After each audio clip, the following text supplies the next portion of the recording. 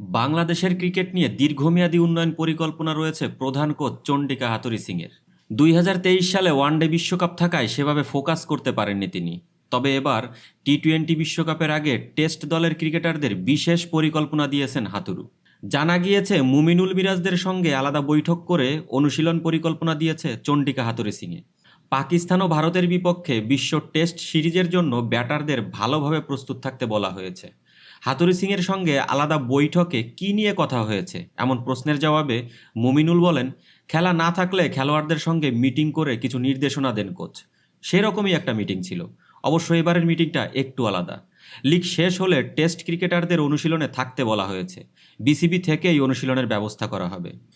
হাথুরুসিংহের বিশেষ পরিকল্পনায় কারা অনুশীলন করবে জানতে চাওয়া হলে ক্রিকেট পরিচালনা বিভাগের চেয়ারম্যান জালাল ইউনুস বলেন, জাতীয় দলের পুলের ক্রিকেটারদের অনুশীলনে রাখার একটা পরিকল্পনা করা হয়েছে। কোচ টেস্ট খেলোয়াড়দের সঙ্গে মিটিং করে পরিকল্পনা দিয়েছেন।